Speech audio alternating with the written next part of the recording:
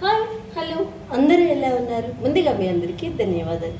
ఈరోజు మన కిచెన్లో సింపుల్ అండ్ టేస్టీగా ఇడ్లీ దోశలకి చట్నీ టేస్టీగా సింపుల్గా ఎలా ప్రిపేర్ చేయాలనేది ఈరోజు మన కిచెన్లో వీడియో చూసేయండి. ఒక కప్పు పల్లీలు తీసుకున్నాను, అలాగే 3 టమోటాలు తీసుకోవాలి, 6 పచ్చిమిరపకాయలు తీసుకోవాలి. మీరు కారం ఎక్కువ తింటే ఎక్కువ వేసుకోండి, తక్కువ తింటే తక్కువగా వేసుకోండి. పైన బాండి పెట్టుకున్నాము. ఈ బాండి ఎక్కిన తర్వాత ఈ పల్లీలని ఇందులో మనం వేసుకొని ఈ పల్లీలు సిమ్లో పెట్టి మనం మంచిగా వేయించుకోవాలి. మనం ఆ పల్లి చట్నీ కోసం ముందుగానే మాదిరిగా చింతపండుని నీటిలో నానబెట్టి ఉంచుకోవాలి. మనం తీసుకునే పల్లీలన్నీ ఇలా వేసుకోవాలన్నమాట, కాస్తంత కలర్ వచ్చేదాకా. ఇప్పుడు మనం స్టవ్ని ఆఫ్ చేసేసి ఒక ప్లేట్లోకి తీసుకోవాలి. పల్లీలు వేపుకున్న బాండీలోనే 1.5 స్పూన్ వరకు నూనెనైతే పోసుకోవాలి. నూనె కాస్త వేడెక్కాక ఒక 2 స్పూన్ మాదిరిగా జీలకర్రనైతే వేసుకోవాలి. కాస్తంత జీలకర్ర వేగిన తర్వాత మనం ఏం చేయాలి, ఒక 5 వెల్లుల్లిపాయ రెమ్మలు కచ్చపిచ్చిగా దంచి తొక్కతో పాటు వేసుకోవాలి. అలాగే మనం తీసుకున్న పచ్చిమిర్చీలు మాదిరిగా ముక్కలు మాదిరిగా తీసుకొని కళాయిలో వేసుకోవాలి. ఇవి కాసేపు పచ్చిమిర్చి నైట్ కొంచెం కలర్ వచ్చేదాకా వేగించుకోవాలి. కాస్తంత వేగాక టమోటా కట్ చేసి వేసుకోవాలి.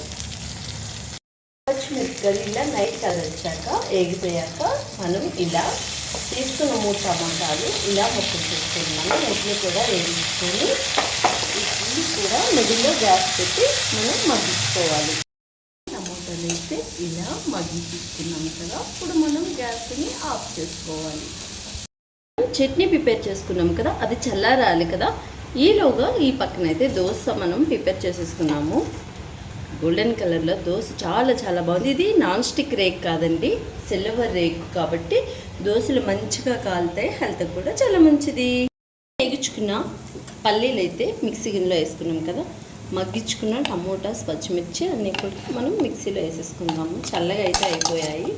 దీన్ని ముందుగా పేస్ట్ లాగా ఆడుకోవాలి. ఆడుకున్న తర్వాత కొంచెం మాదిరిగా నీళ్ళు వేసుకొని కాస్త థిక్నెస్గా ఉండేలాగా మిక్సీ పట్టుకోవాలి. దీనికి సరిపడగా సాల్ట్ని కూడా మనం యాడ్ చేసేసుకుందాము. సాలకపోతే మళ్ళీ వేసుకుందాము, కానీ సాల్ట్ వేసేటప్పుడు తగ్గించి మాత్రమే వేయండి. తీసుకున్న చింతపండును కూడా వేసేసుకున్నాం. మన చట్నీ ఇలా మాదిరి థిక్నెస్తో ఆడుకోవాలి. ఇంకా మీకు పల్చగా కావాలంటే ఇంకాస్తంత వాటర్ని యాడ్ చేసుకోండి. ఇప్పుడు ఇందులో మనం పోపు వేసుకోవాలి. చట్నీ పోపు కోసం స్టవ్ పైన పోపు మూకుడు పెట్టుకున్నాము. ఇందులో కాస్త చిటపట ఆడించండి ఆవాలు, కాస్తంత జీలకర్ర, అలాగే ఒక ఎండుమిరపకాయ వేసి గ్యాస్ని ఆఫ్ చేసేయండి. ఆఫ్ చేసాకే కరివేపాకు వేయండి. కరివేపాకు ఎప్పుడు కూడా ఎక్కువగా ఆగకూడదు, ఎందుకంటే అందులో ఉన్న ఫ్లేవర్ పోతుంది అనమాట.